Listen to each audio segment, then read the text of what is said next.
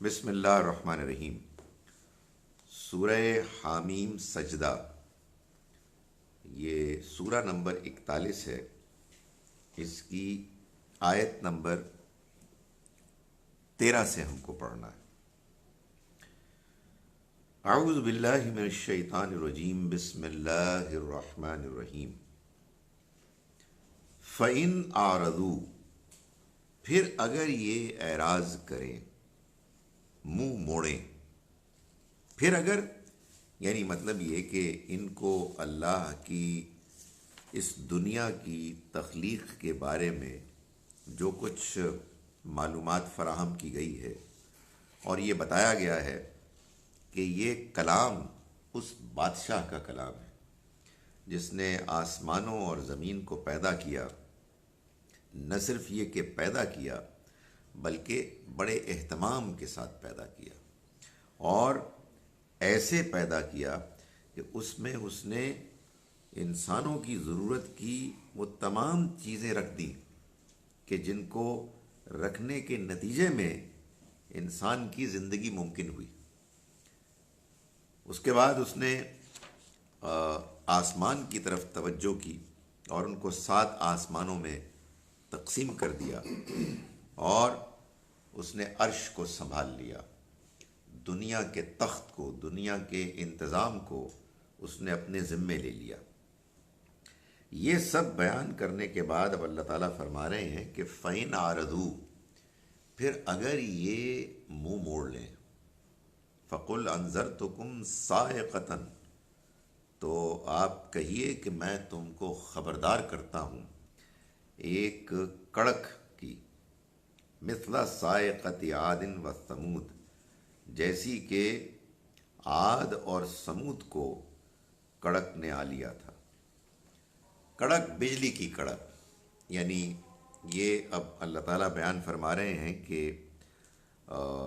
پچھلی قوموں پر جو عذاب آیا ان کے عذاب کی شکل یہ ہوئی کہ ان پر بجلی کی کڑک آئی، یعنی وہ عاد کی قوم اور سمود کی قوم دونوں کے بارے میں اللہ تعالیٰ نے یہی بات بیان فرمائی ہے کہ وہ کڑک کے عذاب سے پکڑے گئے۔ یہ قرآن سے معلوم ہوتا ہے کہ یہ کڑک ہی نہیں تھی بلکہ اس میں بارش بھی تھی، طوفان بھی تھا، لیکن ساتھ ساتھ بجلی کی کڑک بھی تھی۔ وہ سب مل کر مجموعی طور پر ایک ایسی کیفیت پیدا ہو گئی کہ گویا کہ پوری بستی پر ایک کپ کپی طاری ہو گئی۔ لیکن اس میں ایک نمایاں چیز بجلی کی کڑک تھی کہ جس کو اللہ تعالیٰ نے یہاں خاص طور پر بیان فرمایا۔ یہ عاد اور سمود کی قومیں یہ دونوں وہ تھیں کہ جن کو اہل عرب جانتے تھے، یعنی یہ انہی کے علاقے میں رہنے والی پرانی قدیم قومیں تھیں، سامی نسل سے، یعنی نوح علیہ السلام کے جو 3 بیٹے جنہوں نے سروائیو کیا، حام، سام اور یافس، تو یہ سامی نسل میں سے تھے۔ اور ان کی اگرچہ کہ زمانہ پچھلا تھا بہت دور کا، لیکن ان کے واقعات مشہور تھے، اور عربوں کے ہاں ان کی شاعری میں، ان کے قصوں میں، ان کے فوک لورز میں یہ بات بہت ملتی ہے کہ یہ قومیں برباد ہو گئیں۔ قرآن مجید نے ان کی بربادی کا جو بیان کیا، اس بیان میں یہ بات واضح کی کہ یہ بربادی ان کی ہوئی اس وجہ سے کہ اللہ کے رسول آئے، ایک قوم پر جو قوم عاد تھی ان پر ہود علیہ السلام، اور قوم سمود پر ان کے پاس صالح علیہ السلام، ان کے پاس آ جانے کے نتیجے میں اور پیغام پہنچا دینے کے نتیجے میں ان کے اوپر حجت تمام ہو گئی، بات آخری حد تک واضح ہو گئی۔ پھر انہوں نے انکار کیا تو اللہ نے ان کو پکڑ لیا، ان پر عذاب نازل کیا۔ تو قرآن مجید مکے کے لوگوں کو، قریش کے لوگوں کو یہ فرما رہا ہے کہ دیکھو تمہارے پاس بھی اسی طرح کا ایک پیغام آ گیا ہے، تم نے اگر اعراض کیا تو پھر میں تم کو خبردار کرتا ہوں اسی طرح کے عذاب کے معاملے میں کے بارے میں جیسا کہ عذاب اس سے پہلے عاد اور سمود کی قوموں پر ہوا۔ اذ جاءتہم الرسل من بین ایدیہم ومن خلفہم، جب آئے ان کے پاس رسول ان کے آگے سے بھی اور ان کے پیچھے سے بھی۔ یہ وہی تعبیر ہے، یہ وہی انداز ہے کہ جو قرآن مجید نے بیان کیا ابلیس کے بارے میں بھی، کہ ابلیس نے جب یہ فیصلہ کیا کہ وہ آدم اور ان کی اولاد کو ورگلائے گا، ان کو گمراہ کرے گا، تو اس نے اپنے اس عزم کا اظہار کیا، اس اپنی کمٹمنٹ کا اظہار کیا کہ میں ان کے آگے سے بھی آؤں گا، ان کے پیچھے سے بھی آؤں گا، ان کے دائیں سے بھی آؤں گا، ان کے بائیں سے بھی آؤں گا۔ یعنی مطلب یہ ہے کہ میں ہر طرح کی کوشش کروں گا ان کو گمراہ کرنے کی، اور اس میں پھر جو میرے پاس ٹیکنیکس ہوں گی، جو میرے پاس طریقے ہوں گے، میں ان کو ایمپلوائے کروں گا، اختیار کروں گا۔ تو اللہ نے گویا کہ اسی کے جواب میں جو ارینجمنٹ کی ہے اس کو بیان کیا کہ اللہ کے رسول بھی جو پیغام لے کر آتے ہیں اس میں بھی لوگوں کی رہنمائی کے لیے آگے پیچھے دائیں بائیں سے ان کو صحیح باتیں پہنچنے کا موقع فراہم کرتے ہیں۔ یعنی ایسے نہیں ہے کہ انسان کو یوں ہی بے یار و مددگار چھوڑ دیا گیا ہے، بلکہ رسول آتے ہیں، وہ ان کے آگے سے بھی آتے ہیں، ان کے پیچھے سے بھی آتے ہیں۔ کیا کہتے ہیں؟ اللہ تعبدوا الا اللہ، کہ تم عبادت نہیں کرو گے کسی کی سوائے اللہ کے۔ یہ پیغمبروں کی دعوت کا سب سے پہلا نقطہ ہے، سب سے نمایاں نقطہ ہے۔ اگر اس بات کو لوگ سمجھ جائیں اور اس کو سمجھ کر اختیار کر لیں تو باقی باتیں گویا کہ اسی کے ذیل میں ہیں، یہ اسی سے پھوٹتی ہیں۔ ہوتا ہے نا بعض اوقات آپ پوری بات نہیں کرنا چاہتے اس لیے کہ وہ بڑی ڈیٹیلڈ ہے، وقت اس میں صرف ہوگا، تو آپ ایک عنوان بیان کر دیتے ہیں، جو سب سے چوٹی کی سب سے سگنیفیکنٹ بات ہے اس کو آپ بیان کر دیتے ہیں۔ تو تم اللہ کی عبادت نہیں کرو گے، یہ اگر بات صحیح طرح سے سمجھ میں آ جائے تو گویا کہ یہ پوری بات ہے۔ وہ ہستی کہ جس ہستی کو اگر آپ مانتے ہیں کہ وہ اس کائنات کو بنانے والی ہے اور وہ آپ کے ہر عمل سے واقف ہے اور آپ کی ہر ضرورت کو وہ پورا کر رہا ہے اور آپ کو اس کی طرف لوٹ کر جانا ہے، آپ صرف اسی کی عبادت کریں گے، اسی کے آگے جھکیں گے، اس سے دعا کریں گے، اس کا کہا مانیں گے، تو گویا کہ آپ نے اس بات کو مان لیا کہ آپ صحیح راستہ اختیار کریں گے، آپ اچھے انسان بنیں گے، آپ اپنے آپ کو اس کے توقعات سے ہٹا کر کوئی غلط راستہ اختیار نہیں کریں گے، اپنے آپ کو گمراہی میں مبتلا نہیں کریں گے۔ تو جی سوری، اس میں ایک چیلنج نہیں آتا ہوگا اوتھینٹسٹی آف دا بیان؟ ابھی آج اگر لیٹس سے کسی بھی زمانے میں جو ان زمانے میں جو پروفٹس آتے جو معجزات نہیں لے کے آئے، جب وہ بیان کرتے ہیں تو زیادہ تر لوگ یہ سوچتے ہیں کہ جی جو سب نے سوچا کہ ہاں جی یہ صحیح ہے بھی کہ نہیں ہے، ہم تو جو میرا ہمیں قریش نے بھی یہی سوچا ہے، سب نے کہ ہم کب سے آ رہے ہیں۔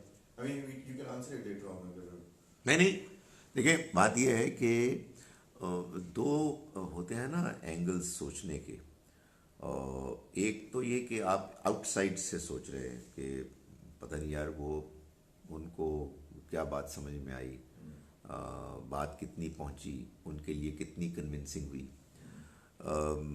یہ تو ٹھیک ہے، آبویسلی جب تک کہ انسان کے پاس کوئی ایسا ثبوت نہیں ہے کہ جو کنونسنگ ہے، آدمی کو ایسے ہی آبجیکٹو ہونا چاہیے۔ ہم قرآن پڑھ رہے ہیں، قرآن کو ہم نے اللہ کی کتاب مان لیا ہے، ہوپ فلی سوچ سمجھ کے، غور و فکر کے بعد۔ اب یہ قرآن ہم کو بتا رہا ہے کہ ان قوموں کو اللہ نے رسولوں کے ذریعے سے جس طرح سے پیغام پہنچایا، انہیں بات سمجھ میں آ گئی. اچھا. یعنی یہ بات ایسے نہیں ہے کہ ان کے یہاں کوئی ڈاؤٹ تھا. ڈاؤٹ کے معاملے میں تو کوئی پرابلم ہی نہیں ہے. بھائی میں اور آپ گفتگو کر رہے ہیں, آپ کے لیے کوئی ضروری نہیں ہے کہ آپ میری بات مانیں. اس کی وجہ یہ ہے کہ میری بات میں ظاہر ہے کہ اس طرح سے کنونس کرنے کی صلاحیت نہیں. خدا تعالیٰ اپنے رسولوں کو جس طرح سے اکوپ کر کے بھیجتا ہے, ان کی پرسنالٹی میں جو اخلاقی برتری ہوتی ہے, ان کے پریزنٹیشن میں جو ایک امپریسو طریقہ ہوتا ہے, اور پھر قرآن سے معلوم ہوتا ہے کہ جو اللہ تعالیٰ حالات پیدا کر دیتا ہے, ان کا جو پیغام جس طرح سے ڈیزائنڈ ہوتا ہے, اس کے بعد قرآن ہم کو یہ بتا رہا ہے کہ ان کے اپنے جو امیجیٹ ایڈریسز ہوتے ہیں, ان کی قوم کے لوگ کنٹمپریریز, ان کے ذہن میں کوئی اشتباہ, کوئی اس بارے میں کنفیوژن نہیں ہوتا کہ یہ بات ٹھیک ہے. اس کے بعد وہ ضد میں آ جاتے ہیں. یوں ہوتا ہے. تو یہاں جو اللہ تعالیٰ نے بات بیان فرمائی وہ یہ ہے کہ جب رسول آئے ان کے پاس, من بین ایدیہم و من خلفہم, ان کے آگے سے بھی اور ان کے پیچھے سے بھی, اللہ تعبدوا الا اللہ, اس پیغام کے ساتھ کہ تم کسی کی عبادت نہیں کرو گے سوائے اللہ کے. اچھا, یہ پیغام بھی وہ ہے کہ جو قرآن کہتا ہے کہ آپ کی اپنی فطرت میں. اچھا, اس کو مزید واضح کرتا ہے کہ اس کا کیا مطلب ہے. وہ یہ بتاتا ہے کہ آپ کی فطرت کیا ہے. اصل میں آپ کی شخصیت کا وہ حصہ کہ جس کو اللہ نے ڈیزائن کر کے اس دنیا میں ایسے بھیجا ہے کہ وہ صحیح بات کو, اچھی بات کو سمجھتا ہے, قبول کرتا ہے, اپریشیٹ کرتا ہے, اور بری بات سے اپنے آپ کو بیزار محسوس کرتا ہے, اگر وہ فطرت اپنی جگہ پر قائم ہے. اور یہ کیوں ہے؟ یہ اس لیے ہے کہ اللہ نے انسان کو اس سے پہلے جہاں سے اس کی نیچر کو, اس کے اندر کے سول کو بنا کے بھیجا, اس میں ان تمام چیزوں کو اکوپ کر کے بھیجا. فَأَلْهَمَهَا فُجُورَهَا وَتَقْوَاهَا. سو ان کو کوئی غلط فہمی نہیں تھی.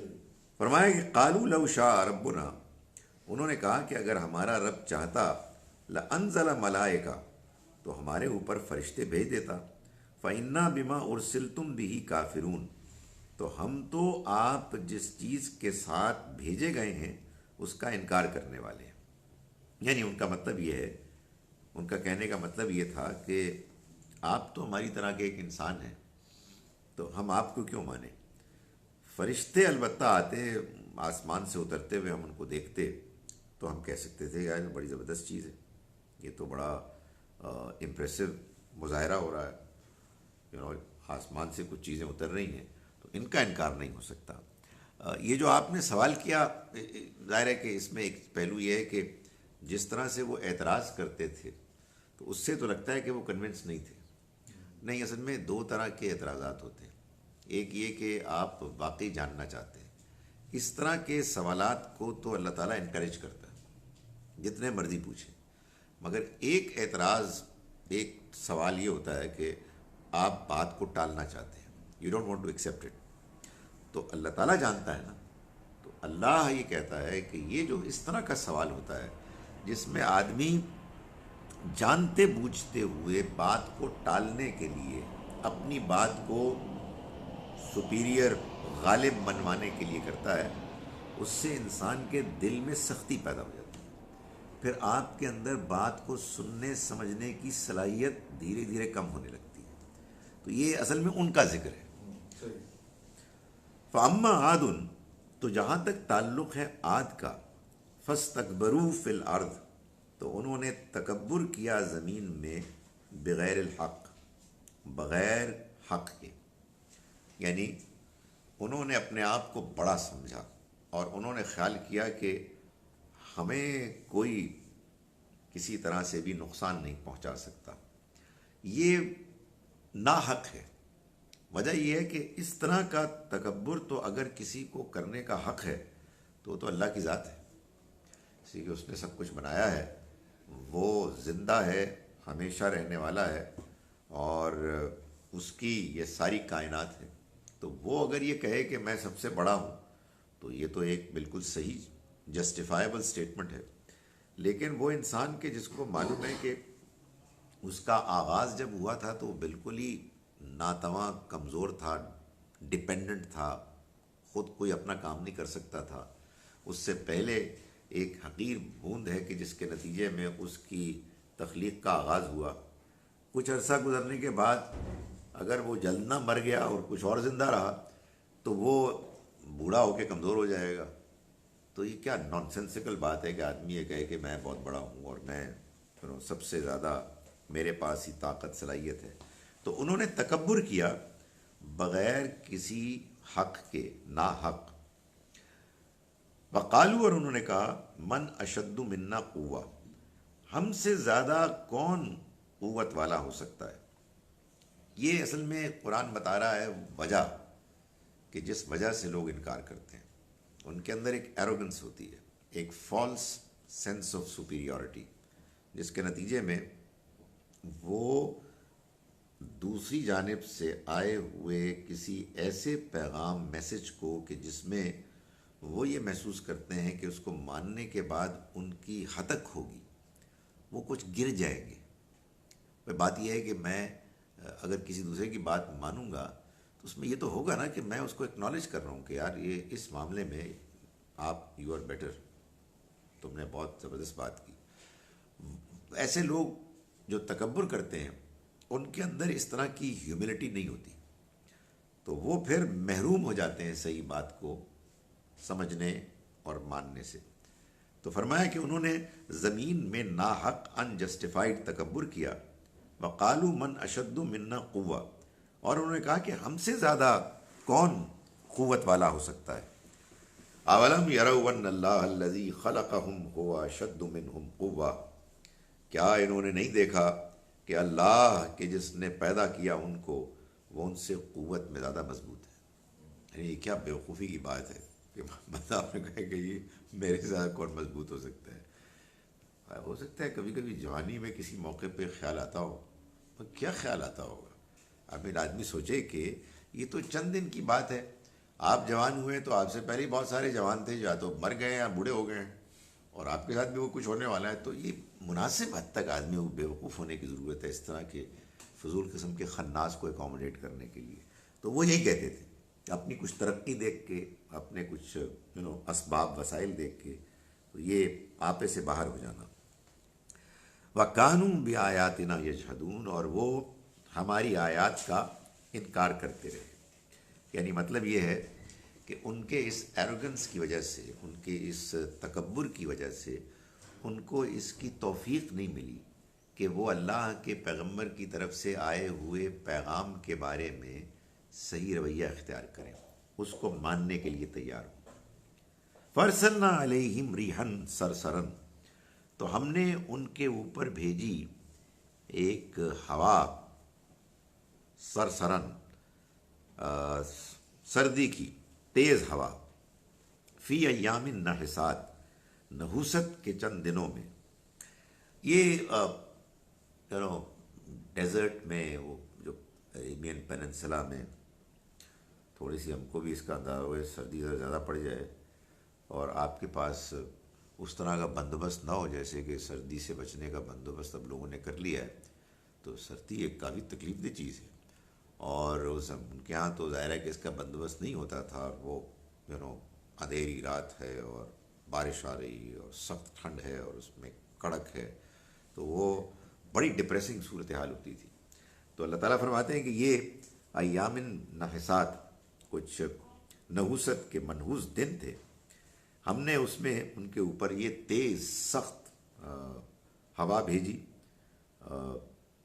لِنُذِيقَهُمْ عَذَابَ الْخِزْيِ، تاکہ ہم ان کو چکھائیں رسوائی کا عذاب، فی الحیات الدنیا، دنیا کی زندگی میں. یہ وہی مضمون ہے کہ اللہ کے رسولوں نے اپنی قوموں کو اللہ کا عذاب پیغام پہنچایا، اور انہوں نے جب انکار کر دیا تو اس کے بعد اللہ کا عذاب آیا. تو فرمایا کہ یہ عذاب جو ہے، رسوائی اور ذلت کا عذاب، یہ تو اصل میں دنیا کی زندگی میں. وَلَعَذَابُ الْآخِرَةِ أَخْزَىٰ، اور آخرت کا عذاب تو اس سے بھی زیادہ رسوا کر دینے والا ہے. وَهُمْ لَا يُنصَرُونَ، اور وہاں ان کا کوئی مددگار نہ ہوگا.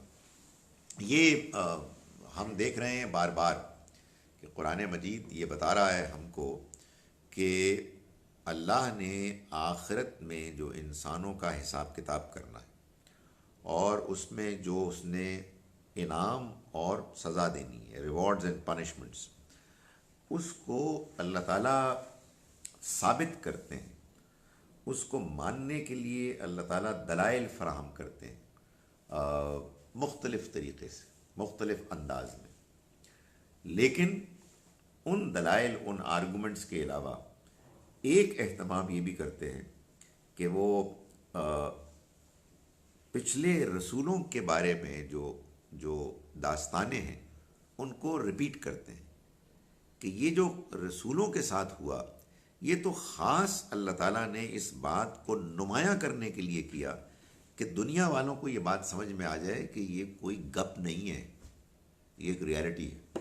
اصل میں یہ بڑی پرابلم ہے کہ لوگ یہ سمجھتے ہیں کہ یار یہ ہونے والا نہیں ہے، آئی ڈونٹ تھنک یار یہ ہوگا، بس دنیا ہی ہے، یہ نظر آ رہی ہے، اسی میں سب کچھ ہے، ترقی بھی ہے، خوشحالی بھی ہے، مشکلات بھی ہیں، آسانیاں بھی ہیں. ان ادر ورلڈ کیسے ہوگا؟ تو خدا تعالیٰ نے بہت دلائل دیے اس کے اور یہ سمجھانے کی کوشش کی. بیسیکلی دو باتیں کی. ایک تو یہ کہ یہ زندگی بیکار ہے، اٹ میکس نو سینس جب تک کہ ایک اور زندگی نہ ہو. یہ زندگی اس زندگی کا جوڑا ہے. اور دوسری بات یہ بتائی کہ خدا پر ایمان ممکن ہی نہیں ہے اگر آپ آخرت کو نہیں مانتے. یعنی کس اللہ کو مان رہے ہیں جو انصاف نہیں کرتا، جو رحم نہیں کرتا، جو حکیم نہیں ہے. بھائی اگر وہ انصاف کرنے والا ہے تو انصاف کا دن آنا چاہیے، ادھر تو انصاف نہیں ہو رہا. اور اگر وہ رحم کرنے والا ہے تو کہاں ہے اس کا رحم کرنا جب وہ دنیا میں لوگوں کو دیکھتا ہے کہ وہ پس رہے ہیں، ان کے ساتھ زیادتیاں ہو رہی ہیں، تو اس کی رحمت کہاں چلی گئی؟ اور وہ حکیم ہے، اس کا کوئی کام حکمت سے خالی نہیں ہے. تو پھر یہ تو کوئی حکمت نظر نہیں آ رہی اس میں. کوئی کسی کے ساتھ زیادتی کر رہا ہے، کوئی مار رہا ہے، کوئی جلدی مر رہا ہے، کوئی بعد میں مر رہا ہے، کوئی بیمار ہے اس کو پوچھنے والا کوئی نہیں ہے، کوئی غریب ہے، کوئی امیر ہے. What's going on? یہ زندگی تو کسی حکیم و دانا کی بنائی ہوئی نہیں لگتی اگر آپ اس کو اسی دنیا تک محدود رکھیں. تو قرآن نے اس کے تو دلائل دیے، مگر یہ دلائل ہیں عقلی.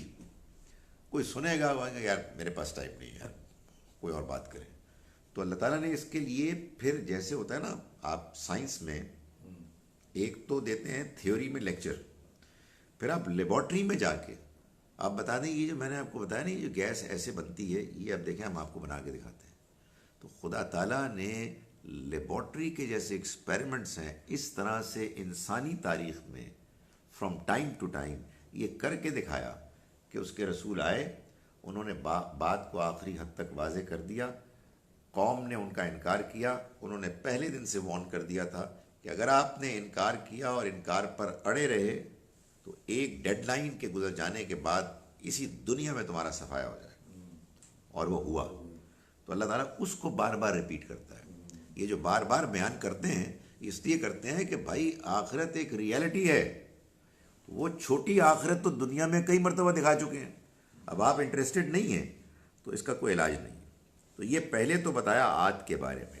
فرمایا وہ اما سمود، اور جہاں تک سمود کا تعلق ہے یہ انہی عاد میں سے جو لوگ بچ گئے تھے وہ پھر جا کے کہیں اور آباد ہوئے، اور ان میں سے قوم سمود تھی کہ جو پھر پلی بڑھی، انہوں نے تعداد میں ان کے اضافہ ہوا.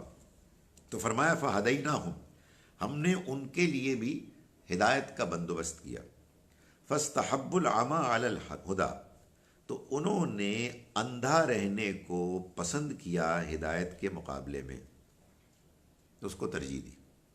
یہ قرآن بار بار بتاتا ہے کہ دنیا کی زندگی میں آپ کے پاس چوائسیز ہیں، اور حقیقت یہ ہے کہ اس دنیا کی زندگی میں انسان کا سب سے بڑا مسئلہ یہی ہے کہ آپ انڈیپینڈنٹ اور فری ہیں. آپ اگر مجبور ہیں تو آپ کو کوئی جواب ہی نہیں دینا. اصل مسئلہ یہ ہے کہ ہمیں یہ معلوم ہے کہ صحیح کیا ہے اور غلط کیا ہے، اور ہمیں چوائسیز ملی ہوئی ہیں اور ہم فری ہیں، اپنے آزادانہ مرضی سے ہم فیصلہ کرتے ہیں.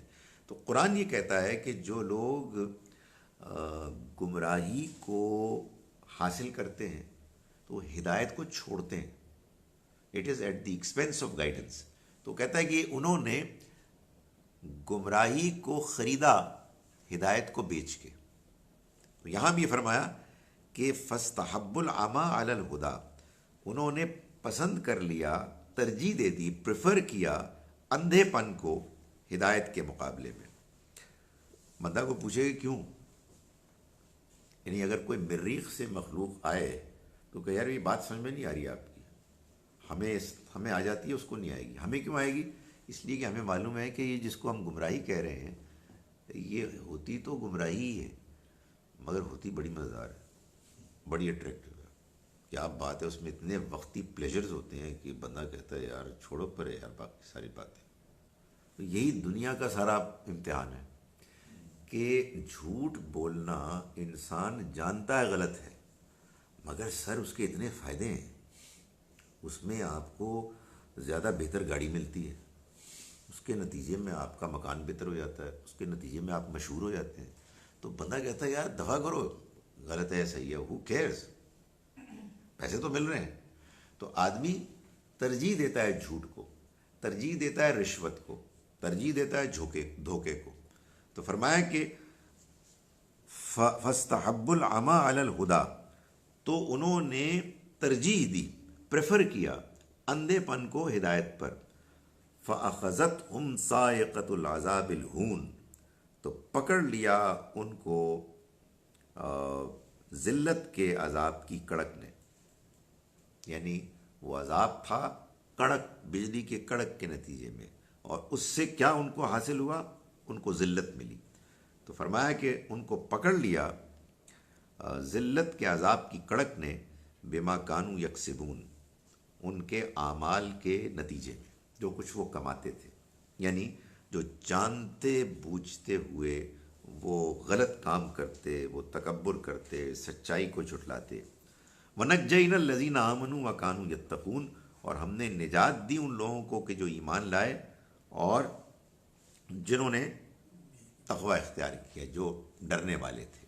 یہی قرآن بتاتا ہے بار بار کہ یہ جو داستانیں ہیں یہ داستانیں سچی ہیں، اور ان سے یہ معلوم ہوتا ہے کہ اللہ نے دنیا کی تاریخ میں فرام ٹائم ٹو ٹائم اس کا ارینجمنٹ کیا کہ اس نے بروں کو اس دنیا میں عذاب سے دوچار کیا، اور جو پیغمبر کے ساتھ اچھے لوگ تھے ان کو اس نے نجات دی. تو یہ اس بات کا آخری ثبوت ہے کہ آخرت آنے والی ہے. اللہ تعالیٰ جس کو اسمالر اسکیل پہ چند بستیوں قوموں کے ساتھ کر چکا ہے، اس کو میس اسکیل پہ تمام انسانیت کے ساتھ کرے گا. سو اس سے پہلے کہ وہ کرے اس نے لوگوں کو وارن کر دیا. وَيَوْمَ يُحْشَرُ أَعْدَاءُ اللَّهِ إِلَى النَّارِ، اور جس دن یہ ہو جائے گا اس دن یہ ہوگا کہ اللہ کے دشمن اکٹھے کیے جائیں گے آگ کے پاس، یعنی انہیں ہانک کر وہاں لے جایا جائے گا. فَهُمْ يُوزَعُونَ، تو ان کی درجہ بندی ہوگی، یعنی وہ کیٹیگریز میں ڈیوائیڈ کیے جائیں گے.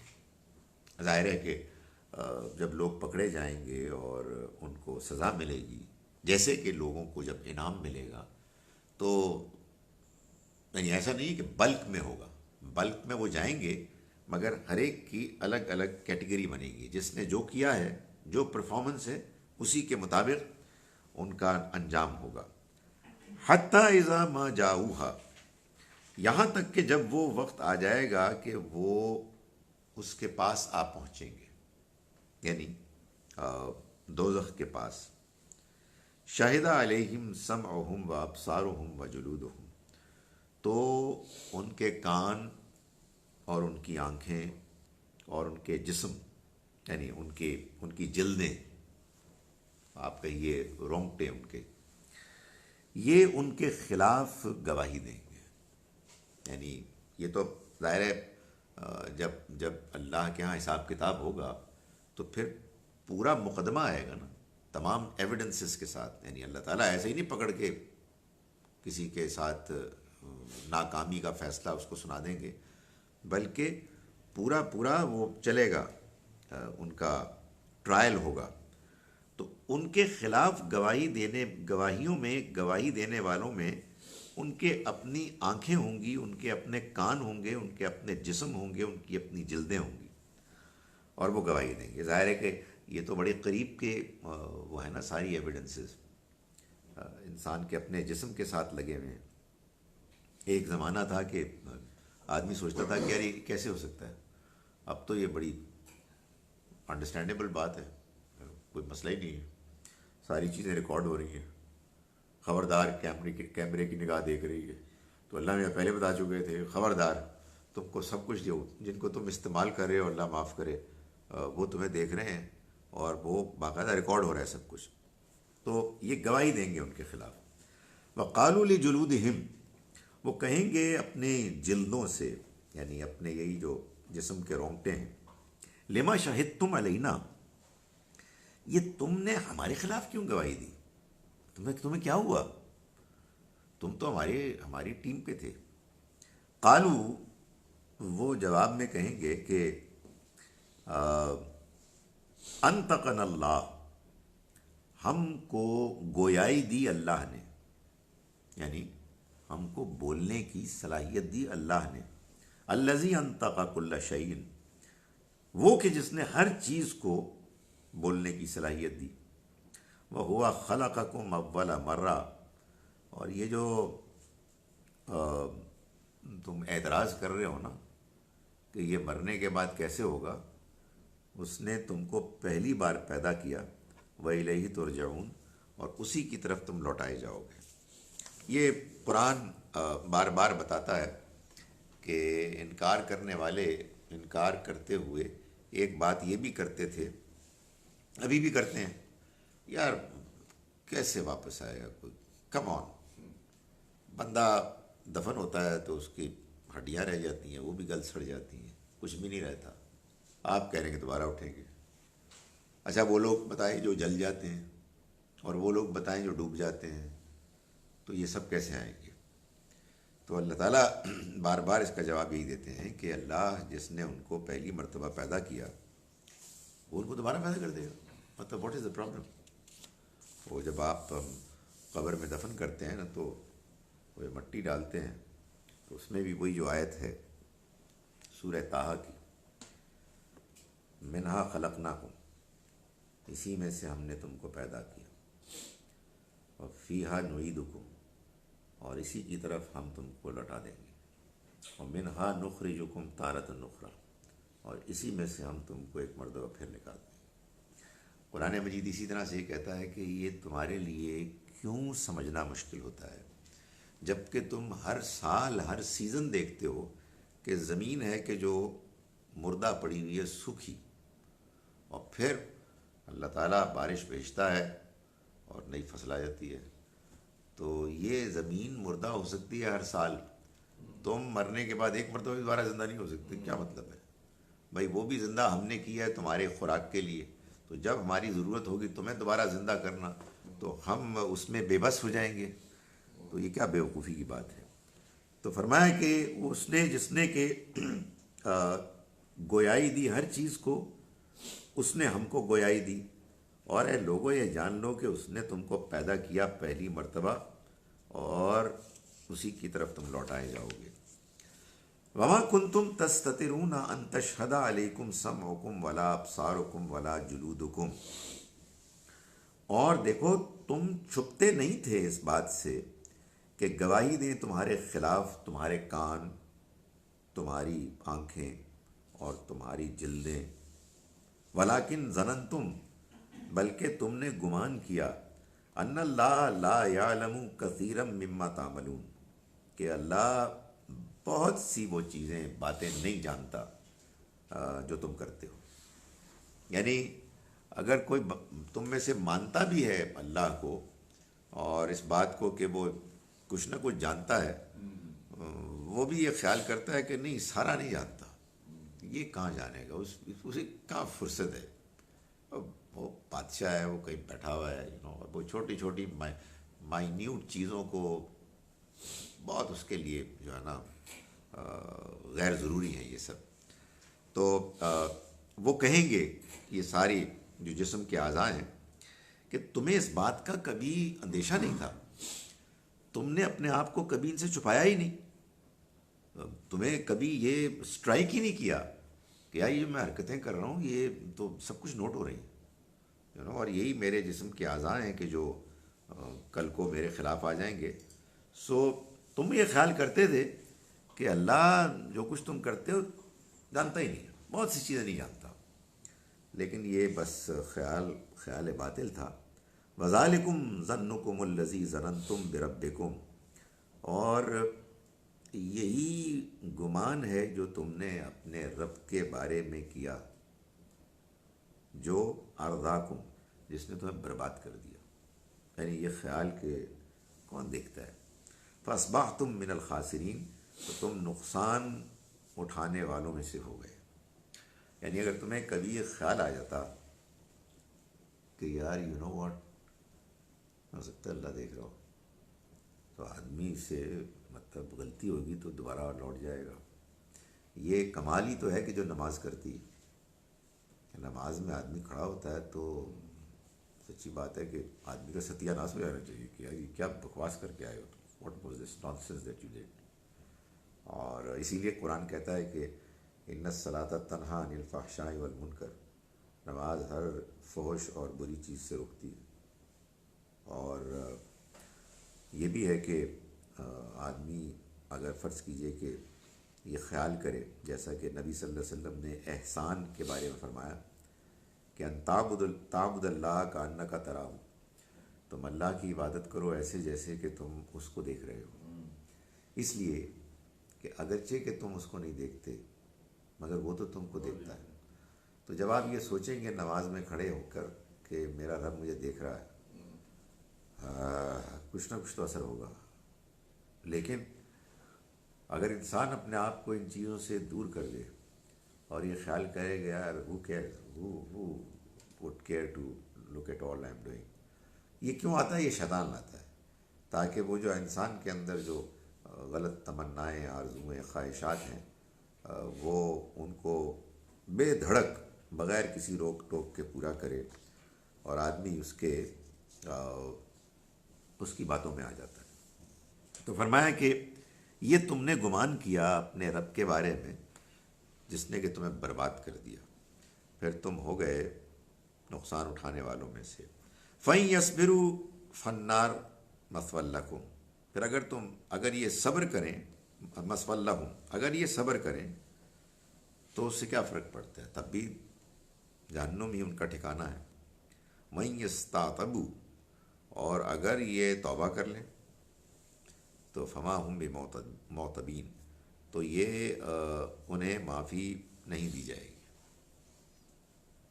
یعنی کوئی شکل نہیں ہے، یعنی مرنے کے بعد وہی یہ بات ہو رہی ہے نا، جو جہنم کے سامنے آ جائیں گے تو اس موقع کی بات ہو رہی ہے کہ چاہے یہ صبر کریں چاہے اب یہ معافی مانگیں، کچھ نہیں ہو سکتا.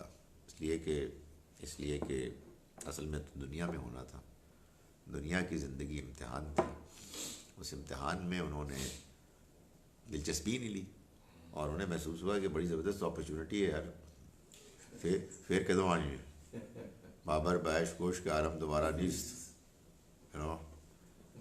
تو پورا اس میں مزے کرو. تو یہ تم نے سوچا اور اب کچھ نہیں ہو سکتا.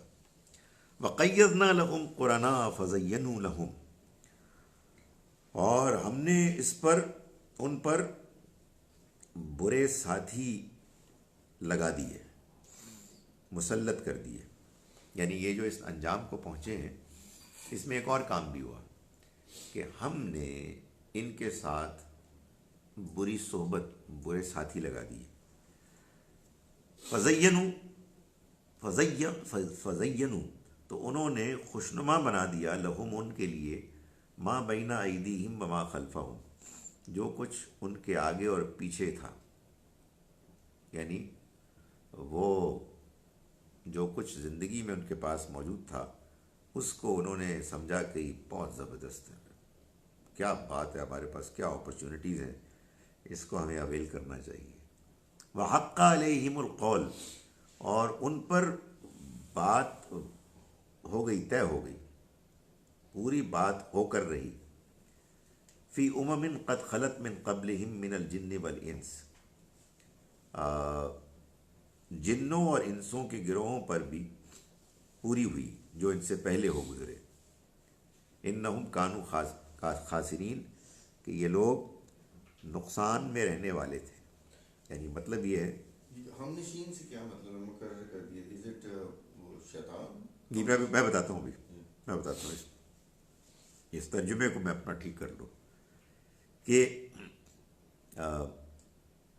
فی امم قد خلت من قبلہم، یعنی جو گروہ ان سے پہلے گزر چکے ان میں، من الجن والانس، انسانوں اور جنوں میں سے، یہ بھی ان کے ساتھ بھی یہی معاملہ ہوا کہ ان کی بھی بات اسی طرح سے ان کے بارے میں پوری ہو گئی کہ یہ نقصان اٹھانے والے ہوں گے. یہ قرآن مجید نے جو مضامین سب سے زیادہ بیان کیے، سب سے تفصیل سے بیان کیے، ان میں سے ایک مضمون ہے ہدایت اور گمراہی کا قانون. اللہ کن لوگوں کو ہدایت دیتا ہے اور کن لوگوں کو گمراہ کرتا ہے. اس لیے کہ یہ آنیسٹلی میں سمجھتا ہوں سب سے امپورٹنٹ ٹاپک ہے. اس سے زیادہ اہم کوئی سبجیکٹ ہے ہی نہیں کہ بندہ ہدایت کیسے پاتا ہے اور بندہ گمراہ کیسے ہوتا ہے. اللہ تعالیٰ کے اس بیان میں یہ بات قرآن مجید میں اور جگہوں پر بھی وضاحت کے ساتھ آئی ہے کہ جو لوگ اللہ کے پیغام سے دور ہوتے ہیں،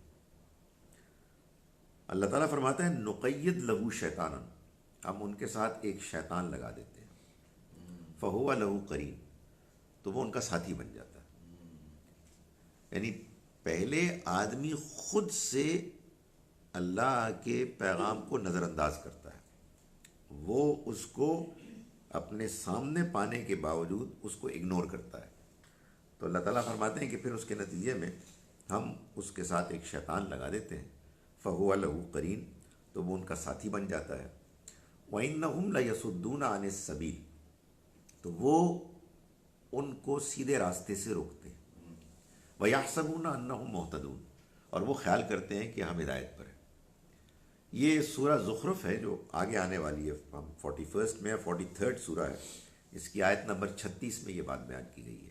تو اسی کو یہاں اللہ تعالیٰ بیان فرما دیا ہے کہ ہم نے ان پر ساتھی مسلط کر دیے. یعنی یہ یہاں تک اس لیے پہنچے، اور انہوں نے کیا کیا، انہوں نے ان کے لیے خوشنما بنا دیا جو کچھ بھی ان کے آگے پیچھے تھا، اور ان پر بھی بات پوری ہو گئی ویسی ہی جیسے پچھلے لوگوں پر ہوئی تھی جو ان سے پہلے ہو گزرے جنوں میں اور انسانوں میں سے، کہ وہ نقصان سے دوچار ہونے والے ہیں. وقال الذین کفروا، اور کہا ان لوگوں نے کہ جنہوں نے کفر کیا، لا تسمعوا لہذا القرآن، مت سنو اس قرآن کو، والغوا فیہ، اور غل مچا دو، شور مچا دو اس کے درمیان، یعنی جب یہ پڑھا جا رہا ہو، لعلکم تغلبون، تاکہ تم غالب رہو. یعنی نہ قرآن سنا جائے گا، نہ اس کا لوگوں پر اثر ہوگا، کھپ ڈال دو، شور مچا دو. یہ ٹیکنیک وہ لوگ استعمال کرتے ہیں جن کے پاس خود پیش کرنے کے لیے کچھ نہ ہو. ورنہ آپ مجھے بتائیں کہ اگر آپ کے پاس کوئی بات ہے ڈھنگ کی، وائی ول یو شاؤٹ؟ آپ کیوں دوسرے کی بات کو لوگوں تک پہنچنے سے روکیں گے؟ بھائی آپ کہیں یار کہ ایک بات آپ کی ہے، ایک بات ہماری، لیٹس ٹاک اباؤٹ اٹ. لیکن یہ بڑی بدنصیبی ہے انسانوں کی کہ وہ اپنے نقطۂ نظر سے ذرا ڈفرینٹ کوئی نقطۂ نظر رکھے تو اس کے ساتھ بدتمیزی پہ اتر آتے ہیں. اور یہ جو بدتمیزی ہے یہ اصل میں ثابت کر رہی ہوتی ہے کہ the person has no arguments, substance کوئی نہیں ہے اس کے پاس، گلے کا ایک وہ ہے. اور میرا میں جو بات جس کو وہ روکنا چاہ رہا ہے اس کو پتہ چل گیا کہ یہ ہاں صحیح ہے، بالکل، اور the only way to stop it شور مچا دو، شور مچا دو. اور اس کی بھی کئی شکلیں ہیں. کھپ ڈال دو، اپنے فالوورز کو کہا نہیں یار وہ نہیں، اس کی بات ہی نہیں سننی. اور فالوورز بھی بڑے کمال کے ہوتے ہیں، بڑے ہی زبردست قسم کے بیوقوف لوگ دنیا میں پائے جاتے ہیں. جو فرمایا جاتا ہے وہ مان لیتے ہیں کہ نہیں بات نہیں سننی، اس کو نہیں، قرآن کو نہیں سننا. تو یہ انہوں نے یہ حرکت کی. فَلَنُذِيقَنَّ الَّذِينَ كَفَرُوا، تو اللہ تعالیٰ نے فرمایا کہ لازماً ہم چکھائیں گے ان لوگوں کو کہ جنہوں نے جان بوجھ کر انکار کیا، عذاباً شدیدا، شدید عذاب کا مزہ. وَلَنَجْزِيَنَّهُمْ، اور ہم ان کو لازماً بدلہ دیں گے، ان کو انجام تک پہنچائیں گے، اسوأ الذی کانوا یعملون، ان کے ان برے اعمال کا کہ جو وہ کیا کرتے تھے. ذالک جزاء اعداء اللہ النار، یہ ہے اللہ کے دشمنوں کا انجام. النار یعنی آگ، جہنم. لہم فیہا دار الخلد، ان کے لیے اس میں ہمیشگی کی سزا ہوگی، ہمیشہ رہنا ہوگا. اور کیوں؟ جزام بما کانوا بآیاتنا یجحدون، اس لیے کہ وہ ہماری آیات کا انکار کرتے تھے. یعنی انہیں بات سمجھ میں آ گئی، بات پہنچ گئی، لیکن اس کے بعد بھی انہوں نے اس کا انکار کر دیا. یہ ہمارے ہاں بڑی بدنصیبی ہے کہ میں دیکھتا ہوں کہ لوگوں میں ایک نہیں کیا بات ہے، اتنا مس پلیسڈ ایک کانفیڈنس ہوتا ہے کہ میری بات صحیح ہے تو آپ میری بات اب مانیں. نہیں، آدمی کو اپنی بات پہنچانی چاہیے اور دوسرے کی بات سننی چاہیے. یہ جو دوسرے کی بات، دوسرے کی دلیل ہے، اس پر انسان کا رکاوٹ کھڑی کرنا اور کمیونیکیشن کو ڈسٹرب کرنا، اصل میں یہ وہ حرکت ہے، اوچھی حرکت، کہ جو پیدا ہی اس لیے ہوتی ہے کہ آپ کے پاس اصل میں کہنے کو کچھ نہیں. یہ بڑی انفارچونیٹ بات ہے کہ ہم مسلمانوں نے طریقہ اختیار کر لیا. یار کمال ہے کہ اگر کوئی آدمی کوئی اعتراض کر رہا ہے، کوئی سوال کرے، آپ اسے کہیں یار تمہیں کیا پرابلم ہے، let me tell you what the answer is. اور اس کے بعد اگر اس کو نہیں سمجھ میں آتی، نہ سمجھ میں آئے، مگر ہمیں کیا ضرورت ہے اس بات کی کہ ہم کسی کے بارے میں اس طرح سے پروپیگنڈا شروع کر دیں. جیسے ہمارے یہاں مسلمانوں میں بعض لوگ بعض دوسروں کے خلاف کرتے ہیں. ایک ڈائلاگ کی، گفتگو کی فضا ہونی چاہیے. اور حقیقت یہ ہے کہ ہمیں اپنے اندر یہ حوصلہ پیدا کرنا چاہیے کہ اگر میرا کوئی سننے والا، میری بات کو ماننے والا کسی دوسرے کی بات کو سن کر زیادہ متاثر ہو گیا تو اس کو کہے یار الحمدللہ، تمہیں مبارک ہو، میں نے تو آج تک جو بات مجھے سمجھ میں آئی تمہیں بتائی ہے، تمہیں کوئی دوسری بات سمجھ میں آئی ہے مجھے سمجھا دو. لیکن اگر فرض کرو کہ تمہیں کہیں اور کوئی بات زیادہ سوٹ کر رہی ہے تو اس کو مان لو. یہ بات کہ آپ رکاوٹیں کھڑی کرتے ہیں، یہ بات کہ آپ دوسروں کو برا بھلا کہتے ہیں، الزامات لگاتے ہیں، اچھے بڑے نیک لوگ، بھائی فلاں جو ہے وہ یہودیوں کا وہ ہے، ایجنٹ ہے. مجھے ایک صاحب ایک مرتبہ ایک بڑے کسی نیک صاحب نے کہا، میں نے کہا یہ اب آپ نے جملہ بول دیا نا تو خدا کی عدالت میں مقدمہ تو چلا گیا ہے. اب قیامت کے روز یا جس کو آپ یہودی ایجنٹ کہہ رہے ہیں وہ ثابت ہو جائے گا، ورنہ آپ کی گردن مار دی جائے گی. یہ کوئی بڑا آسان ہے کہ آپ اپنے منہ سے اس طرح کی بات کر رہے ہیں کسی کے بارے میں. آپ کو کوئی اختلاف ہے آپ بات کریں، آپ کے دلائل ہیں دلائل پیش کریں، مگر اس طرح کی فضولیات بکنا یہ تو کفار کا کام تھا جس کو قرآن مجید نے یہاں بیان کیا. تو فرمایا کہ یہ ان کو بدلہ ملے گا اس وجہ سے کہ وہ ہماری آیات کا انکار کرتے تھے. چلیں جی، ان آیات کو میں ایک مرتبہ پھر ترجمہ کر رہا ہوں. ہم نے آیت نمبر 13 سے شروع کیا.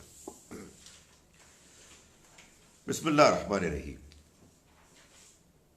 فَإِنْ أَعْرَضُوا، پھر اگر یہ اعراض کریں، منہ موڑ لیں، فقل، تو آپ ان سے کہیے، انذرتکم صاعقۃ، میں تم کو خبردار کرتا ہوں ایک کڑک سے، مثل صاعقۃ عاد و ثمود، عاد اور سمود کی قوموں کی کڑک کی طرح کی کڑک۔ اذ جاءتہم الرسل، آئے جب ان کے پاس رسول، من بین ایدیہم ومن خلفہم، ان کے آگے سے بھی اور ان کے پیچھے سے بھی۔ یہ میں بات بتا چکا ہوں کہ قرآن یہ کہتا ہے کہ ان کے پاس رسول آئے پلورل میں، حالانکہ یہ بات واضح ہے کہ ان کے پاس رسول آئے سنگولر میں۔ قرآن کا کہنا یہ ہے کہ ایک رسول کا آنا سب کا آنا ہے، ایک ہی پیغام لے کے آتے ہیں، ایک ہی طرح کی ان کی امپریسو پرسنالٹیز ہوتی ہیں، ایک ہی طرح کی حجت کو تمام کرنے کا اہتمام ہوتا ہے، تو ایک آگے سارا ہی آ گیا۔ اذ جاءتہم الرسل، جب آئے ان کے پاس رسول، من بین ایدیہم ومن خلفہم، ان کے آگے سے بھی ان کے پیچھے سے بھی، اللہ تعبدوا الا اللہ، اس پیغام کے ساتھ کہ دیکھو نہیں عبادت کرو کسی کی سوائے اللہ کے۔ قالوا، انہوں نے کہا، لو شاء ربنا، اگر ہمارا رب چاہتا، لانزل ملائکۃ، تو اتار دیتا فرشتے، فإنا بما ارسلتم به کافرون، ہم جو تم جس چیز کے ساتھ بھیجے گئے ہو ہم اس کا انکار کرتے ہیں۔ یعنی ایک انسلٹنگ بیہیویئر، ایک دلیل دے کے کہ یار ہماری طرح کے انسان ہو اور ہم پہ روب ڈال رہے ہو، کوئی فرشتہ آتا تو بات تھی۔ فاما عاد، اچھا آپ یہ دیکھیں، یہ بھی ایک کمال ہے کہ قرآن جو ہے کئی مرتبہ ان کی بات زوردار طریقے سے پیش کرتا ہے اور جواب کوئی نہیں دیتا، جواب کہیں اور دیا ہوا ہے۔ یہ آنیسٹلی آپ کبھی قرآن کو اس طرح سے پڑھیں تو یہ بڑی کمال کی چیز ہے کہ قرآن مجید یہ کام نہیں کرتا کہ ان کی بات کو توڑ مڑوڑ کر ایسے پیش کرے کہ وہ بیوقوف لگے، زوردار طریقے سے ان کی مخالفانہ بات کو پیش کرتا ہے تاکہ پڑھنے والا کچھ ہلے، کچھ پریشان ہو، اور پھر جواب چاہے اور جواب اس کو سمجھ میں آئے۔ تو فرمایا کہ فاما عاد، تو جہاں تک تعلق ہے عاد کا، فاستکبروا، تو انہوں نے تکبر کیا، فی الارض، زمین میں، بغیر الحق، ناحق، وقالوا، اور انہوں نے کہا، من اشد منا قوہ، ہم سے زیادہ کون قوت میں بڑھ سکتا ہے، who can be stronger than us۔ اولم یروا ان اللہ الذی خلقہم، کیا انہوں نے نہیں دیکھا کہ وہ اللہ کے جس نے ان کو پیدا کیا، ہوا اشد منہم قوہ، وہ ان سے زیادہ قوت میں مضبوط ہے، وکانوا بآیاتنا یجحدون، اور وہ تھے ہماری آیات کا انکار کرتے۔ فارسلنا علیہم ریحا صرصرا فی ایام نحسات، تو ہم نے ان کے اوپر بھیجی سردی کی تیز ہوا، فی ایام نحسات، نحوست کے چند دنوں میں، لنذیقہم عذاب الخزی، تاکہ ہم ان کو چکھائیں رسوائی کا عذاب، فی الحیات الدنیا، دنیا کی زندگی میں، ولعذاب الآخرۃ اخزی، اور آخرت کا عذاب تو زیادہ رسوا کرنے والا ہوگا، وہم لا ینصرون، اور ان کی کوئی مدد نہیں کی جائے گی۔ واما ثمود، اور جہاں تک تعلق ہے سمود کا، فہدیناہم، تو ہم نے ان کو ہدایت پہنچائی، فاستحبوا العمی علی الہدی، تو انہوں نے اندھا رہنے کو پسند کیا، ترجیح دی ہدایت کے مقابلے میں، فاخذتہم صاعقۃ العذاب الہون، تو پکڑ لیا ان کو رسوائی کے عذاب کی کڑک نے، بما کانوا یکسبون، اس وجہ سے کہ جو وہ کرتوت کیا کرتے تھے۔ ونجینا الذین آمنوا، ہم نے نجات دے دی ان لوگوں کو، اور ہم نے نجات دے دی ان لوگوں کو کہ جو ایمان لائے، وکانوا یتقون، اور جو تقوی اختیار کرتے تھے، ڈرتے تھے۔ وَيَوْمَ يُحْشَرُ أَعْدَاءُ اللَّهِ، اور خیال کرو اس دن کا کہ جب اللہ کے دشمن اکٹھے کیے جائیں گے، الی النار، آگ کے قریب، فہم یوزعون، پھر ان کو ان کی درجہ بندی، کیٹیگریز بنائی جائیں گی، حتیٰ اذا ما جاؤہا، یہاں تک کہ جب وہ وقت آ جائے گا، شہد علیہم سمعہم و ابصارہم و جلودہم، تو گواہی دیں گے ان کے خلاف ان کے کان، ان کی آنکھیں اور ان کی جلدیں، بما کانوا یعملون، اس وجہ سے کہ جو وہ عمل کیا کرتے تھے، اس پر کہ جو وہ عمل کیا کرتے تھے۔ وقالوا لجلودہم، اور وہ کہیں گے اپنی جلدوں سے، لما شہدتم علینا، یہ تم ہمارے خلاف کیوں گواہی دے رہے ہو، تم نے کیوں ہمارے خلاف گواہی دی؟ قالو، وہ جواب دیں گے، انطقنا اللہ، ہمیں نطق گویائی دی اللہ نے، اس اللہ نے، الذی انطق کل شیء، جس نے ہر چیز کو گویائی دی، بولنے کی صلاحیت دی، وہو خلقکم، اور اس نے تم کو پہلی مرتبہ پیدا کیا، اول مرہ، وإلیہ ترجعون، اور اسی کی طرف تم لوٹائے جاؤ گے۔ وما کنتم تستترون ان یشہد علیکم سمعکم ولا ابصارکم ولا جلودکم، اور نہ تم چھپتے تھے اس بات سے کہ تمہارے خلاف گواہی دے تمہارے کان، تمہاری آنکھیں اور تمہاری جلدیں، ولیکن ظننتم، مگر تم نے گمان کیا، ان اللہ لا یعلم کثیرا مما تعملون، کہ اللہ جانتا ہی نہیں ہے بہت سے کام جو تم کرتے ہو ان کو۔ وذالکم ظنکم الذی ظننتم بربکم ارداکم، اور یہ ہے وہ گمان کہ جو تم نے اپنے رب کے بارے میں کیا کہ جس نے تم کو برباد کر دیا۔ فاصبحتم من الخاسرین، پھر تم ہو گئے نقصان اٹھانے والوں میں سے۔ فَإِن يَصْبِرُوا، پھر اگر وہ صبر کریں، فَالنَّارُ مَثْوًى لَهُمْ، تو اس سے فرق ہی کوئی نہیں پڑتا، اس لیے کہ آگ ان کا ٹھکانہ ہوگی۔ وَإِن يَسْتَعْتِبُوا، اور اگر وہ معافی مانگیں، فَمَا هُم مِّنَ الْمُعْتَبِينَ، تو وہ معافی دیے جانے والوں میں سے نہیں ہوں گے۔ وَقَيَّدْنَا لَهُمْ قُرَنَاءَ، اور ہم نے مقرر کر دیے ان کے لیے ساتھی، فَزَيَّنُوا، تو انہوں نے خوشنما بنا دیا، لہم ان کے لیے، ما بین ایدیہم وما خلفہم، جو کچھ ان کے آگے اور جو کچھ ان کے پیچھے تھا، وحق علیہم القول، اور ان پر بات پوری ہو گئی فی امم قد خلت، انہی قوموں کی طرح کہ جو گزر چکی ان سے پہلے، من قبلہم، ان سے پہلے، من الجن والانس، جنوں اور انسانوں میں سے، انہم کانوا خاسرین، وہ لوگ نقصان اٹھانے والے تھے۔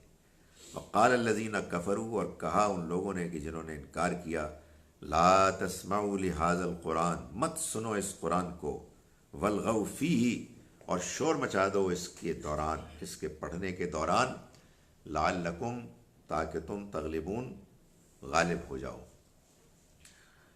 فَلَنُذِيقَنَّ الَّذِينَ كَفَرُوا، تو ہم لازماً چکھائیں گے ان لوگوں کو کہ جنہوں نے کفر کیا، عذاباً شدیداً، ایک شدید عذاب، وَلَنَجْزِيَنَّهُمْ، اور ہم لازماً بدلہ دیں گے ان کو، أَسْوَأَ الَّذِي كَانُوا يَعْمَلُونَ، ان برے اعمال کا کہ جو وہ کیا کرتے تھے۔ ذَلِكَ جَزَاءُ أَعْدَاءِ اللَّهِ النَّارِ، یہ ہے اللہ کے دشمنوں کا انجام، یعنی آگ۔ لہم فیہا دار الخلد، ان کے لیے اس میں ہوگا ہمیشگی کا گھر، جزاء بما کانوا بآیاتنا یجحدون، یہ بدلہ ہوگا اس بات کا کہ جو وہ ہماری آیات کا انکار کرتے تھے۔ اقول قولی ھذا واستغفر اللہ۔ جناب، یہاں کچھ سوالات نظر آ رہے ہیں، اللہ کرے مشکل نہ ہو۔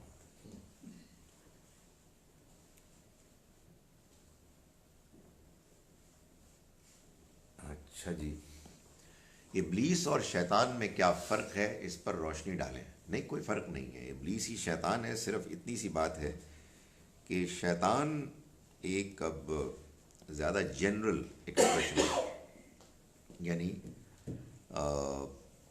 ابلیس شیطانیت یا شیطنت کا سربراہ تھا، یا آپ کو یہ ہے، میں تھا ہے اس لیے کہہ رہا ہوں کہ ایک پوائنٹ آف ویو یہ ہے کہ وہ ابھی بھی ہے، اور ایک پوائنٹ آف ویو یہ ہے کہ وہ تو بیچارہ فوت ہو گیا، اب اس سے زیادہ بہتر قسم کے شیطان موجود ہیں۔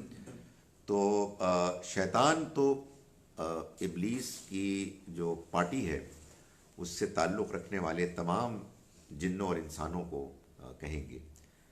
قرآن مجید کی جو بالکل آخری آیت ہے سورہ ناس کی آیت وہ یہ بتا رہی ہے کہ یہ جو الذی یوسوس فی صدور الناس، وہ لوگ کہ جو انسانوں کے دلوں میں وسوسہ اندازی کرتے ہیں، یہ من الجنت والناس، یہ جنوں میں سے بھی ہیں اور انسانوں میں سے بھی. سو یقیناً ابلیس شیطان ہے، لیکن شیطان صرف ابلیس ہی نہیں ہے، بلکہ وہ سارے جن اور انس کے جنہوں نے برائی کو، گمراہی کو پھیلانے کا ایک سلسلہ شروع کیا ہوا ہے وہ ہے. اچھا جناب، چلیں، میں تو ڈر رہا تھا، بہت سارے سوالات ہیں لیکن سوال تو کوئی بھی نہیں ہے. میرا ایک سوال ہے. جی جی جی. میں یہ اسلامک ہسٹری تھوڑی سی پڑھ رہا تھا، تو اس میں ایک ذکر آیا تھا ہارون رشید کے، خلیفہ ہارون رشید کے بیٹے، ان کا نام تھا مامون الرشید، آئی تھنک مامون تو مجھے پتا ہے جی. وہ وہاں انہوں نے ایک فلسافیکل جو ایشو ریز کیا تھا، وہ یہ تھا کہ جو قرآن ہے اس کا وہ ایٹرنل نہیں ہے، اور اگر وہ ایٹرنل ہوگا تو وہ اللہ تعالیٰ کی جو وحدانیت کے لیے ایک چیلنج بن جائے گا. یہ کانسیپٹ مجھے سمجھ نہیں آیا، آپ نے اس بارے میں کچھ؟ ایک زمانے میں لوگوں کے پاس لگتا ہے وقت بہت تھا، تو یہ خلق قرآن کا ایک بڑا زبردست مسئلہ تھا کہ قرآن خلق ہے یا قرآن مخلوق ہے. یعنی اس کے کئی ڈائمینشنز ہیں، وہ ایک لمبی بات ہے، لیکن اس میں ایک بڑی انٹرسٹنگ چیز یہ ہے کہ ایک سوال یہ اس لیے بھی پیدا ہوا اپارٹ فرام ادر ریزنز کہ جب مسلمانوں کے مسیحی مشنریز وغیرہ سے ڈیبیٹس ہوئی تو اس میں مسیحیوں نے یہ کہا کہ بھائی یہ جو ہے تمہارا قرآن، یہ تو مسیح علیہ السلام کو کہتا ہے کہ یہ کلمۃ منہ ہے، اسی کا کلمہ ہے، تو اس کا کلمہ تو اسی کی ذات ہوتی ہے، اسی کی ذات سے پروسیڈ ہوتا ہے، تو چنانچہ وہ کلمہ جو ہے وہ مخلوق نہیں ہو سکتی بلکہ وہ خالق ہے.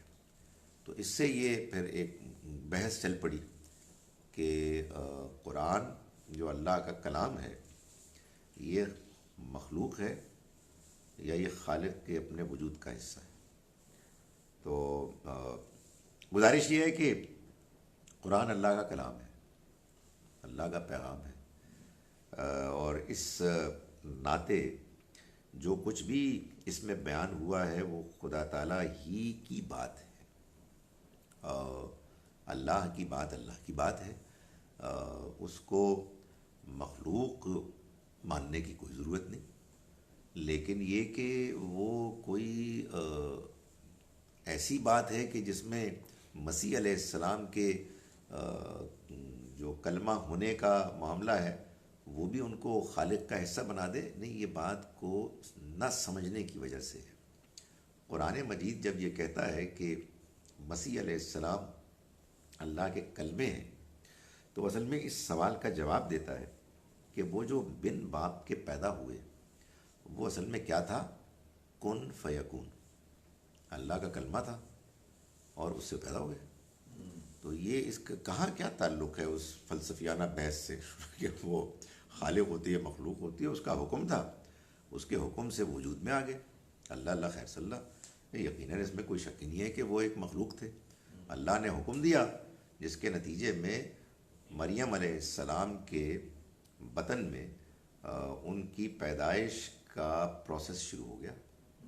اللہ نے غیر معمولی معجزانہ طریقے سے، وہی اللہ جس نے کہ یہ عام معمول کا پروسیس جاری کیا ہوا ہے، اس نے ان کے معاملے میں ایک اسپیشل انٹرونشن کے نتیجے میں ایسا کیا. سر، قبر میں سوال جواب ہوتا ہے، قرآن اس بارے میں کیا کہتا ہے؟ دیکھیے، قرآن مجید سے میں آپ کو بتاتا ہوں یہ کیا مسئلہ ہے.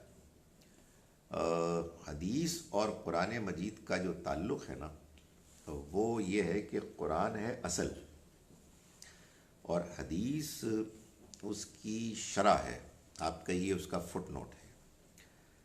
قرآن مجید میں اللہ تعالیٰ نے بڑے زور و شور سے یہ بات بیان کی ہے کہ اذا السماء انفطرت، جب آسمان پھٹ جائے گا، وَإِذَا الْكَوَاكِبُ انتَثَرَتْ، جب ستارے بے نور ہو جائیں گے، وَإِذَا الْقُبُورُ بُعْثِرَتْ، جب قبریں اگل دی جائیں گی. تو ایک اور بھی ہے اس میں، اذا السماء انفطرت وَإِذَا الْكَوَاكِبُ انتَثَرَتْ وَإِذَا الْبِحَارُ فُجِّرَتْ، جب سمندر پھاڑ دیے جائیں گے اور جب قبریں اگلوا دی جائے گی، اگل جائے گی. وہ دوسرے میں یہ سورہ انفطار ہے. علمت نفس ما قدمت واخرت، تو جان لے گا انسان جو کچھ اس نے آگے بھیجا، جو کچھ پیچھے چھوڑا. کب؟ اذا السماء انفطرت. تو پھر ظاہر ہے کہ یہ قبر والی بات تو نہیں ہے نا.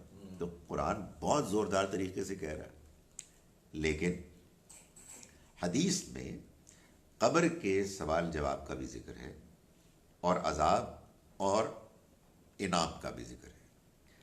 اب کیا کریں؟ آپ مجھے بتائیں اب کیا کریں؟ اب یہی کریں گے نا کہ دونوں کے درمیان ایسی تطبیق تلاش کریں گے کہ جس میں قرآن کی بات ہو اصل، اور حدیث کی بات بھی اس کے ساتھ سمجھ میں آ جائے. تو اس کا جو جواب سمجھ میں آتا ہے وہ یہ ہے کہ قرآن مجید ہی نے بتایا ہے ہم کو کہ کچھ ایسے لوگ ہوتے ہیں، خاص طور پر اللہ کے رسولوں کے زمانے میں، کہ جو اپنی غیر معمولی کارکردگی کے نتیجے میں دنیا ہی میں کامیاب ڈکلیئر ہو جاتے ہیں. ہم نے ابھی دیکھا کہ اللہ کا فیصلہ ہو جاتا ہے دنیا میں رسولوں کے زمانے میں. ان کو پھر قیامت تک کے انتظار کی ضرورت پیش نہیں آئے گی، ان کی قیامت تو ہو گئی. چنانچہ اللہ تعالیٰ نے بتایا کہ وہ شہداء، ان کو تم مردہ نہ کہو، وہ زندہ ہے اور وہ انعام پا رہے ہیں. اور ابھی ہم نے پچھلی سورہ مومن میں پڑھا کہ فرعون جو موسیٰ علیہ السلام کا انکار کرنے والا تھا، اس کی بھی قیامت آ گئی اسی دنیا میں.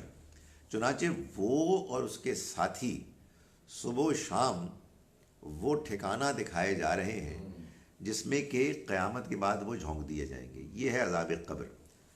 تو بظاہر ایسا لگتا ہے، واللہ عالم بالصواب، کہ یہ عذاب قبر بعض ان لوگوں کے لیے ہے کہ جن کو دنیا میں بات آخری حد تک وضاحت کے ساتھ پہنچ گئی. اب ان کے لیے آخرت کے حساب کتاب کا انتظار نہیں ہوگا، وہ یہیں سے شروع ہو جائے گا. At a funeral today, the Maulvi Sahib prayed that may the grave be lit up with lightning and khushbu, and may the deceased spend a happy time in the grave. I could not understand this. Please comment. اللہ کا شکر ہے کہ میں comment کر چکا ہوں.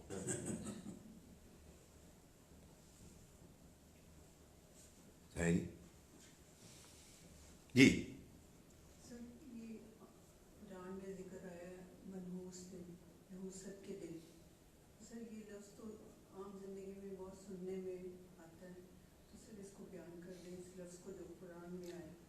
نحوست کے دن، جب کسی دن کسی وقت کسی کے بارے میں اللہ کا ایسا فیصلہ آ جائے کہ جو اس کے ناکامی کا فیصلہ ہے، جس میں اس کی بربادی ہے، تو ظاہر ہے کہ اس پہلو سے وہ دن منحوس ہو گیا.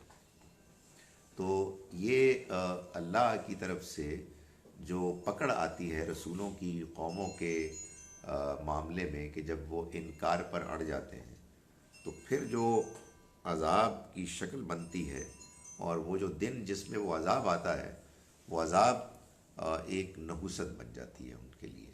یعنی وہ نحوست کہ جس کو خود انہوں نے دعوت دی، جس کے وہ مستحق بن گئے. یہ ہے. اچھا میں خوش ہو رہا تھا، ختم ہو گیا؟ نہیں، ابھی کچھ آگے بھی ہے.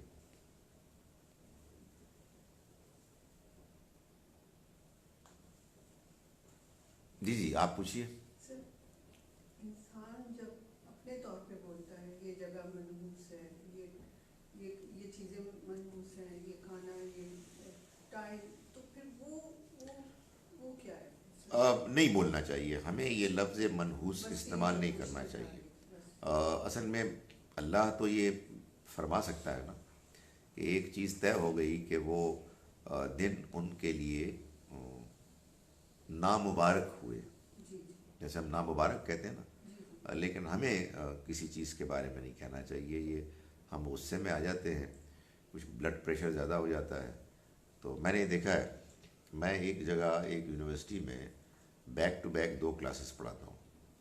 پہلی کلاس میں مناسب میرا موڈ ہوتا ہے، دوسری کلاس میں اللہ ہی معاف کرے جو میرے قابو میں آتا ہے اس کو میں، اس کے بعد جب میں اٹینڈنس لے رہا ہوتا ہوں تو کبھی کبھی مجھے نیکی آتی ہے، تو میں کہتا ہوں اپنے اسٹوڈنٹ سے کہ یار وہ مجھے بلڈ پریشر ہائی ہو گیا تھا تو پلیز فورگیو می، مگر زیادہ تم میرے سے نہ کیا کرو شرارت، آرام سے بیٹھا کرو. تو یہ جو ہمارے اندر ہوتی ہیں نا کمزوریاں، اس میں پھر جو ہماری ووکیبلری ہے اس میں سے گندے گندے لفظ نکال کے ہم پھینکتے ہیں لوگوں پر. تو اس پہ طبیعت پر کنٹرول کرنا چاہیے. بڑی خوبصورت وہ حدیث میں نے آج ہی سنائی، مجھے وہ پڑھنے موقع ملا تھا. اس حدیث کو بھی یاد رکھنا چاہیے کہ نبی صلی اللہ علیہ وسلم نے فرمایا کہ روزے دار کے لیے 2 خوشخبریاں ہیں. ایک خوشخبری جب وہ افطار کرتا ہے روزہ، اس خوشخبری کا تمہیں پتہ ہے، جب بھی افطار کرتے ہیں بڑی خوشی ہوتی ہے انتظار کی گھڑیاں ختم ہو گئی اور کھانے پینے کو مل گیا. مگر آپ نے فرمایا کہ دوسری خوشخبری اس کو ملے گی جب وہ اپنے اللہ سے ملاقات کرے گا. کیا بات ہے اس کی! یعنی مطلب یہ ہے کہ اس میں نبی صلی اللہ علیہ وسلم نے بندہ مومن کی زندگی کو ایک روزے سے مماثل قرار دیا کہ آپ جس طرح روزے میں اپنے آپ کو بچائے رکھتے ہیں نا، روکے رکھتے ہیں، اسی طرح سے انسان کو، بندہ مومن کو اپنی زندگی میں اپنے آپ کو روکے رکھنا چاہیے ان برائیوں سے جو اٹریکٹ کرتی ہیں. روزے میں بھی بھوک اٹریکٹ کرتی ہے نا، کھانا اٹریکٹ کرتا ہے بھوک نہیں اٹریکٹ کرتی، کھانا پینے کی چیزیں اٹریکٹ کرتی ہے تو آدمی روکتا ہے. تو اسی طرح سے دنیا میں بہت ساری چیزیں ہیں جو اٹریکٹ کرتی ہیں لیکن ہیں بری، تو غصے سے بھی اسی طرح سے قابو پانا چاہیے. Do not follow your answer. آپ کی مہربانی ہے جی، میں گزارش کرتا ہوں کہ اصل میں اللہ نے قبر کا عذاب اور قبر کی روشنی یا جو بھی کامیابی کہیں، یہ ان لوگوں کے لیے طے کی ہے کہ جن کو اس دنیا کی زندگی میں وہ موقع مل گیا کہ جس پہ انہوں نے اتنی نمایاں کارکردگی دکھائی. میں پازیٹیو بات پہلے کر رہا ہوں کہ ان کے لیے اب آخرت کے حساب کتاب کے انتظار کی ضرورت نہیں. دنیا ہی میں اللہ کے رسول کے آنے کے نتیجے میں ایک چھوٹی قیامت، اللہ کی عدالت یہیں پر برپا ہو گئی اور فیصلہ ہو گیا. تو ان لوگوں کے بارے میں قرآن سے معلوم ہوتا ہے کہ ان کو موت کے فوراً بعد سے ہی انعام کی بارش شروع ہو جائے گی. اور یہ بھی ممکن ہے کہ رسولوں کے زمانے کے علاوہ بھی کچھ لوگ ایسے ہوں کہ اتنی آؤٹ اسٹینڈنگ ان کی پرفارمنس ہو کہ اللہ کہہ رہے نہیں، they are not going to wait, شروع کر دو ان کے لیے. اور اللہ معاف کرے جو لوگ رسولوں کا انکار کرنے والے ہیں، ان کے انکار کے بعد اب ان کے پاس کوئی گنجائش نہیں رہے گی، اس لیے کہ دنیا میں ان کے اوپر حجت تمام ہو گئی، بات آخری حد تک واضح ہو گئی، تو ان کی پکڑ فوراً شروع ہو جائے گی، ان کے لیے وہاں کا انتظار نہیں ہوگا. تو یہ ہے عذاب قبر اور قبر کی آسانیاں یا راحتیں. باقی جو لوگ ہیں، میں نے آپ کو ابھی آیت سنائی ہے، معلوم یہ ہوتا ہے کہ وہاں جا کے ان کو پتہ لگے گا ما قدمت و اخرت، کیا انہوں نے آگے بھیجا، کیا پیچھے چھوڑا. جیسے کہ ایک اور جگہ آتا ہے کہ کچھ لوگوں کو ان کا اعمال نامہ ملے گا ان کے دائیں ہاتھ میں، کچھ کو ان کا ملے گا بائیں ہاتھ میں، اور وہ جن کو دائیں ہاتھ میں ملے گا بہت خوش ہوں گے اور دوسروں کو بھی کہیں گے یار دیکھو یہ ہمارا رزلٹ ہے. تو اگر وہ پہلے سے ہی پچھلے 50,000 سال سے قبر میں سب کچھ ہو رہا تھا تو پھر تو یعنی اس کا مطلب یہ ہے کہ نتیجہ تو آلریڈی نکل چکا، ڈے آف ججمنٹ کا کیا فائدہ. تو یہ ہے. تو میرا یہ خیال ہے کہ یہ جو دونوں کا ایک جس کو کہتے ہیں نا کنسیلیشن، یہ اسی طرح سے ہوتی ہے کہ آپ حدیث کو قرآن کے اس بیان کے اس میں فٹ نوٹ میں رکھیں تو بات سمجھ میں آ جاتی ہے. ورنہ بہت مشکل ہے. اور یہ میرا خیال ہے کہ اتنی محنت کرنی چاہیے ہم سب کو. ہمارا مشکل یہ ہے کہ وہ لوگ کیا کرتے ہیں, یہ بڑی آزمائش ہے. لوگ یہ کرتے ہیں کہ انہوں نے حدیثیں سنی بھی ہوتی ہیں. اچھا, ایک بڑی پرابلم یہ ہوتی ہے کہ آپ جو مذہب کی بات سن لیں تو آپ اس کو انٹرنلائز کر لیتے ہیں. یعنی آپ یہ کہتے ہیں کہ یہ بات ایسے ہی ہے, ہم نے بچپن سے ہی سنا ہے. میں نے دیکھا بہت سارے لوگ کہتے ہیں ہم نے تو بچپن سے ہی سنا ہے. تو بندہ کہتے ہیں یار میں کیا کروں گا, میرا مطلب ہے کہ بچپن سے جو سنا ہے ذرا اس کو تھوڑا سا چیک کر لو کہ وہ کتنا, ہاں کتنا قرآن کے مطابق ہے. تو وہ اتنی محنت ضرور کرنی چاہیے کہ آپ قرآن پڑھتے ہیں تو آپ جب حدیث بھی سنتے ہیں تو اس کو قرآن کی روشنی میں سمجھنے کی کوشش کریں. یہی دین کا علم ہے کہ جس میں ہمیں بہرحال ٹائم لگانا چاہیے, محنت کرنی چاہیے. چلیں جی, اللہ کا شکر ہے کہ اور کوئی ڈز ناٹ اللہ آسک یو ٹو ڈو صبر, so how do you justify losing your temper. دیکھیں بات یہ ہے کہ میں اس کا اعتراف کر رہا ہوں کہ یہ میری کمزوری ہے, لیکن آپ فرمائیں, آپ سے نہیں ہوتا کبھی غصہ, ظاہر ہے انسان ہے نا. ایک انسان کو اپنے آپ کو روکنا چاہیے. میں اس کے بعد کوشش کرتا ہوں کہ پلان کروں کہ آئندہ کیسے ایسا نہیں ہوگا. لیکن آپ یقین جانیے کہ عین اس وقت کہ جب وہ آئندہ آتا ہے تو پھر پریشر ہائی ہوتا ہے, اور پھر کوئی کچھ ہوتا ہے. انسان تو پرفیکٹ نہیں ہے. ہاں, اللہ تعالیٰ بس کسی غلطی پر ضد کرنے سے بچائے. یعنی اپنی کسی غلط بات کو کبھی جسٹیفائی کرنے سے ہمیشہ روک لیں. یہ نہیں ہونا چاہیے. غلطی ہو جاتی ہے, نہیں ہونی چاہیے, اس کی پریکٹس کرنی چاہیے. کبھی کبھی کامیابی بھی ہو جاتی ہے, لیکن کبھی کبھی نہیں بھی ہوتی ہے. تو دونوں کام چلتے ہیں. اچھا جناب, بہت شکریہ. قولوا قولی ھذا واستغفر اللہ لی ولکم. بھائی صاحب آپ